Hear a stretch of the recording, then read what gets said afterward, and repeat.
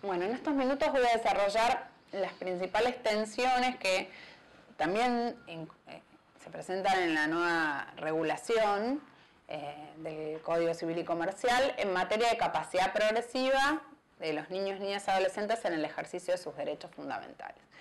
El Código recoge un sistema que es novedoso, haciéndose eco de las reglas o los principios que surgen de la Convención sobre los Derechos del Niño, en particular del artículo 5, acerca de la capacidad progresiva de los niños y adolescentes en el ejercicio de sus derechos fundamentales.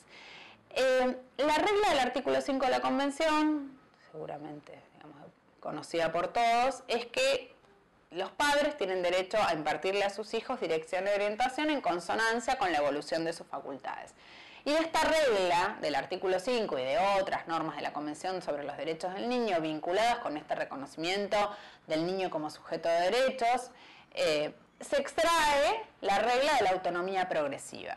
¿Qué es esto de la autonomía progresiva? En términos muy simples, llanos, la autonomía progresiva es este derecho de los niños y adolescentes a ejercer por sí determinados derechos fundamentales en función de su edad y su madurez. Es decir, para el derecho, tomando por supuesto los principios o las reglas que emergen de otras disciplinas como la psicología, la antropología, etc., no es lo mismo un niño de 5 años que un niño de 15 años a la hora de ejercer sus derechos fundamentales. Y estas diferentes etapas por las que un niño atraviesa en el crecimiento, en todo su desarrollo, en su infancia, deben ser consideradas a la hora de reconocer cada vez mayores facultades para el ejercicio de sus derechos, sobre todo en aspectos vinculados con derechos de tipo personalísimo. A ver, esta regla de la capacidad progresiva es uno de los grandes, a mí me parece, aportes de la Convención sobre los Derechos del Niño, cuando los autores sostienen que la Convención es un quiebre de paradigma en materia de niñez por reconocer la subjetividad del niño. Creo yo que uno de los mayores valores es precisamente reconocer esta autonomía progresiva, no porque esta autonomía progresiva no estuviera presente en los ordenamientos civiles, digamos, uno la puede advertir incluso en el Código Civil de Vélez Sarsfield. Vélez mismo distinguía entre menores púberes y menores impúberes en función de los 14 años de edad. Hablaba de incapaces absolutos y incapaces relativos. Hablaba de la edad del discernimiento en el artículo 921, a los 10 años para los actos ilícitos y a los 14 para los actos lícitos. Es decir, esta diferencia de edades o esta diferencia de consideración de la infancia ya estaba presente en la época de Vélez Sarsfield. Pero el gran aporte de la Convención sobre los Derechos del Niño es tomar a la adolescencia como una etapa diferente de la niñez, como una etapa donde hay que tener una consideración especial en el ejercicio de los derechos de las personas menores de edad. Creo yo que acá está el gran aporte de la Convención y me parece que lo que hace el nuevo Código Civil y Comercial es realmente ponerse en órbita con la Convención sobre los Derechos del Niño y no replicar las reglas que ya venían de Vélez, sino imponer nuevas reglas precisamente ayornadas a esta idea o este reconocimiento de la adolescencia como una etapa muy diferente de la adultez y de la niñez. Aclaro esto porque uno podría decir, bueno, repito, Vélez ya consideraba situaciones de capacidad de los menores de edad antes de cumplir la mayoría de edad. Sin embargo, la mirada del codificador era una mirada más pensada en personas menores de edad que ya eran en cierta medida adultos, porque se podían casar, podían contratar, digamos, tenían una adultez precoz, y la mirada del legislador, por supuesto del siglo XXI, ya es una mirada mucho más consciente y centrada en esta idea, repito, de la adolescencia como un fenómeno distinto de la infancia y de la adultez que se advierte recién en el siglo, digamos, a mediados del siglo XX, sobre todo después de la Segunda Guerra Mundial. Entonces, ¿en qué incorpora cuáles son los avances que establece el Código Civil y Procesal, el Código Civil, perdón, y Comercial en materia de capacidad progresiva? Primero establece, como todo código, el artículo 53 de Vélez también lo hace, el nuevo código en el artículo 23 establece el principio de capacidad. toda persona es capaz, salvo que la ley determine lo contrario o que esta incapacidad surja de una sentencia judicial. Y luego en el artículo 24, entre los incapaces absolutos, enumera las personas que no pueden ejercer sus derechos por falta de edad o madurez suficiente. Es decir, pareciera como primera regla la de madurez y la edad suficiente son las cuestiones o los elementos determinantes a la hora de evaluar si existe o no capacidad. Claro, estas primeras reglas remiten a lo que después específicamente establece la sección vinculada con los menores de edad a partir del artículo 26 en adelante. Entonces, tenemos una regla de capacidad, tenemos situación de incapacidad para aquellas personas que no tienen edad o grado de madurez suficiente, y después tenemos toda una sección que específicamente divide o distingue distintas etapas de niñez. Hasta los 13 años hablamos de niños y a partir de los 13 años el código ya habla propiamente de adolescentes. Es decir, la categoría de menores adultos, menores impúberes, que se dividía a los 14 años, actualmente el legislador lo hace a los 13 y distingue entre niños y adolescentes. Vuelvo a lo mismo, tratando de adecuar el lenguaje al lenguaje que surge de la Convención sobre los Derechos del Niño. ¿Qué es lo que pueden hacer estos niños con edad y grado de madurez suficiente o estos adolescentes? La regla general se encuentra en el artículo 26, que es una regla un tanto confusa, porque en primer lugar el codificador dice las personas menores de edad ejercen los derechos a través de sus representantes. Es decir, si uno fuera esta primera oración del artículo 26, parecería que no podemos hablar nunca de capacidad progresiva porque los niños ejercen sus derechos a través de sus representantes. Sin embargo, la segunda parte del artículo 26 determina que aquellas personas que tengan edad y grado de madurez suficiente pueden ejercer por sí los derechos que expresamente les autoriza el código y, en su caso o en caso de conflicto, pueden contar con la asistencia letrada. Es decir, del artículo 26 en su primera parte surge la siguiente regla. El principio es la incapacidad pese a lo que dice el artículo 23, el principio es la incapacidad de las personas menores de edad. El principio es que las personas menores de edad ejercen sus derechos a través de sus representantes. Pero si cuentan con edad y grado de madurez suficiente, pueden ejercer por sí determinados derechos. Pero ojo, solo los derechos que el ordenamiento les autoriza ejercer por sí. Es decir, la regla, aún en este caso, sigue siendo restrictiva. Solo aquellos derechos que están autorizados. Recordemos que en la época de Vélez la regla era inversa. Los menores adultos podían ejercer por sí todos los derechos salvo los que estuvieran expresamente prohibidos. Es decir, el código continúa en esto. La reforma que en su momento introduce la 17711 es que el principio es que no puede ejercer derechos salvo los expresamente autorizados. También me parece lábil la solución que da el código en orden a la asistencia letrada, porque el código establece en esta regla general, más allá de lo que luego establezcan algunos aspectos puntuales como en materia de adopción, que los niños pueden contar con asistencia letrada. Es decir, no hay un deber o una obligación de contar con asistencia letrada ante el conflicto de intereses con sus progenitores. Entonces, esta es la primera regla que surge del artículo 26 y después, en distintos aspectos o distintas partes del Código Civil, se regula el ejercicio de determinados derechos en concreto. ¿Cuáles son estos derechos? El más importante, creo yo, es el derecho del niño al cuidado del propio cuerpo, que surge del artículo 26 en su segunda parte, donde se establecen reglas muy específicas de capacidad o de autonomía o mayoría anticipada para el acto médico respecto a las cuestiones vinculadas con el cuidado del propio cuerpo. ¿Cómo serían, en términos sintéticos, estas reglas? Antes de los 13 años, el niño, es decir, el que no es adolescente, no puede ejercer por sí ningún tipo de decisión vinculada con el cuidado de su propio cuerpo. Es decir, un chico de menos de 13 años no podría ni ir a autorizar un tratamiento de conducto, ni hacerse un tatuaje, ni hacer una consulta médica. Esta es, en principio, la regla, sin perjuicio de que esto debiera compatibilizarse con las leyes de salud sexual y procreación responsable, la mayoría de las cuales no establecen límites etarios para realizar consultas médicas ni incluso para solicitar anticonceptivos, ¿no? Habría que articular la legislación especial en este caso en concreto. Pero en principio, un chico menor de 13 años, que es un niño para el Código Civil, debe ser representado por sus progenitores en materia de actos médicos. Después el Código establece categorías. Y la segunda categoría es entre los 13 y los 16 años. Y entre los 13 y los 16 años, el legislador utiliza un sistema mixto que en rigor toma de las legislaciones de Quebec, de Holanda, etcétera, donde se parte de dos criterios para establecer la autonomía. Uno es la edad y la otra es el tipo de acto. Es decir, entre los 13 y los 16 años, para los actos médicos que no son invasivos, que son tratamientos corrientes, son regulares, que no colocan o no provocan ningún tipo de riesgo en la salud, ni ningún tipo de cuestión que pueda llegar a ser eventualmente perjudicial para el niño, basta con el consentimiento prestado por el propio niño. Es decir, un chico de 13 a 16 años perfectamente podría solicitar una mujer la colocación de un DIU, un chico cualquier tipo de tratamiento, hasta de un tatuaje o incluso, no sé, hasta una cirugía estética que no provocara un riesgo en su salud, y cualquier tratamiento médico regular.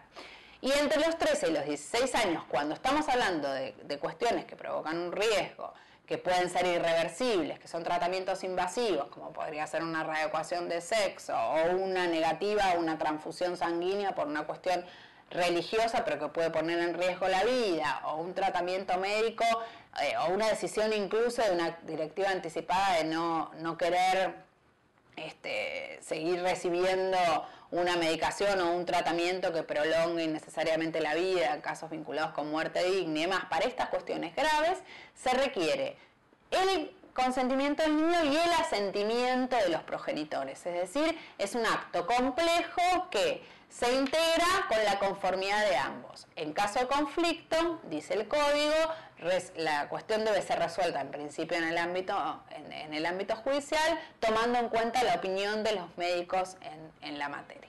Es decir, tenemos esta segunda categoría mixta que depende tanto de la edad como del tipo de tratamiento. Y por último, la regla es una mayoría anticipada para el acto médico que el código propone a los 16 años. Es decir, a partir de los 16 años, los adolescentes pueden tomar con total libertad decisiones vinculadas con el cuidado de su propio cuerpo. A ver, el código se inclina por una decisión tajante. Hay un límite etario. A los 16 años, el chico puede hacer lo que quiera con su propio cuerpo. No hay una presunción de capacidad. Yo supongo que eventualmente podrían los progenitores o los representantes discutir si la persona se encuentra o no capacitada. Pero me parece que esta discusión es muy eventual porque, repito, no es una presunción de capacidad, sino que realmente es una regla. A partir de los 16, el chico puede tomar amplias decisiones en materia de actos médicos. Creo yo que en materia de capacidad progresiva, esta es la reforma más importante que introduce el legislador. Y además me parece la más novedosa y la más ayornada con el derecho comparado. Luego hay otros aspectos del código donde se reconoce, en cierta medida, el derecho de los niños y adolescentes al ejercicio progresivo de sus derechos fundamentales. Hay una reforma muy particular en materia de matrimonio. Esta es una reforma que introduce, de hecho, la comisión bicameral en el Senado. Digamos, la edad nupcial siguen siendo los 18 años, luego de las distintas reformas que hubo. Lo que introduce la comisión bicameral es una situación especial entre los 16 y los 18 años, porque en rigor, a partir de los 16 años, la persona menor de edad puede contraer matrimonio si los padres prestan conformidad. Es decir, hay como una especie de contradicción por la reforma que hace la bicameral entre el artículo 403, que indica la edad nupcial a los 18 años, y el artículo 404, que determina la posibilidad de que los menores de edad, a partir de los 16 años, se casen con la autorización de sus padres. Esto implicaría que, en definitiva, la edad nupcial es a los 16 años. Lo cierto es que también se puede tomar como una situación de capacidad progresiva, donde un joven a partir de los 16 años, con la autorización de sus padres, puede contraer matrimonio. Si sus padres no prestan autorización, puede solicitar la dispensa judicial, en cuyo caso también se alude al criterio de madurez. El juez debe escuchar a la persona menor de edad y debe evaluar si tiene madurez suficiente para asumir el compromiso del matrimonio y evaluar si tiene conocimiento de cuáles son las consecuencias del acto matrimonial, ¿no? Lo cual siempre digo, es bastante poco probable que ocurra porque ni los mayores de edad tenemos conocimiento de las consecuencias del acto matrimonial, pero bueno, tampoco está en los jueces, me parece a mí, decidir acerca de la vida de los chicos si se quieren casar, que hagan lo que quieran. Después tenemos otras situaciones vinculadas con el derecho a formar una familia donde también se reconoce una capacidad progresiva muy puntual.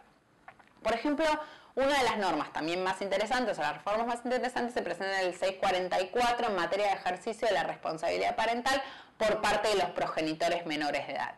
Esta norma viene a sustituir el actual 264 bis del Código, que se había discutido mucho acerca de su constitucionalidad, porque determinaba de manera absoluta y como regla tajante la tutela a favor de los abuelos respecto de los hijos de sus hijos menores de edad. Es decir, un hijo menor de edad que no se había casado tenía un hijo, y estos niños quedaban automáticamente bajo la tutela de los abuelos. En cambio, si estos jóvenes se habían casado por la emancipación que daba el mismo matrimonio, los hijos no quedaban bajo la tutela de los abuelos y los padres podían ejercer la responsabilidad parental sin ningún tipo de inhibición ni de requisito.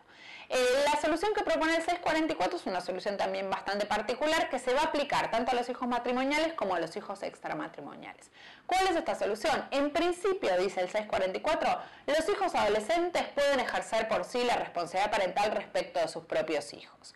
Pero los progenitores de estos hijos adolescentes, es decir, los abuelos, que tengan bajo su cuidado a estos hijos adolescentes y a los niños, pueden intervenir en las decisiones que toman estos hijos adolescentes cuando estas decisiones consideren que son perjudiciales para los niños o incluso pueden intervenir cuando exista una omisión en determinados cuidados. Es decir, la regla sería la capacidad, salvo esta intervención en situaciones muy puntuales de riesgo. Y después se establece una segunda parte del artículo que en aquellos actos vinculados con cuestiones trascendentales de la vida del niño, como podría ser la entrega en adopción, como podrían ser tratamientos médicos invasivos, el ejercicio de otros derechos que pudieran ser lesivos, etcétera, a la conformidad que presta el propio progenitor adolescente debe sumarse el asentimiento que deberán prestar los propios abuelos para integrar este acto. Supongo también acá, en caso de conflicto, resolverá el juez, pero vemos que hay un sistema mixto, digamos, no es un sistema de plena capacidad para el ejercicio de la responsabilidad parental, sino que es un sistema mixto que se integra con la conformidad o la asistencia de los progenitores del propio progenitor adolescente en determinados casos concretos. El otro aspecto también vinculado con el derecho a formar una familia, donde el Código da un fuerte protagonismo a las personas menores de edad, es en materia de adopción. Y el protagonismo está dado por tres aspectos, digo yo, me parece centrales. Uno es la obligación que surge a partir del nuevo artículo 595 de exigir el consentimiento del niño mayor de 10 años para que sea dado en adopción. Es decir, si yo tengo un niño mayor de 10 años, tiene que prestar su consentimiento expreso, si no, no puedo otorgar la adopción de este niño. Acá también estoy reconociendo una autonomía anticipada en una cuestión muy puntual como es la adopción.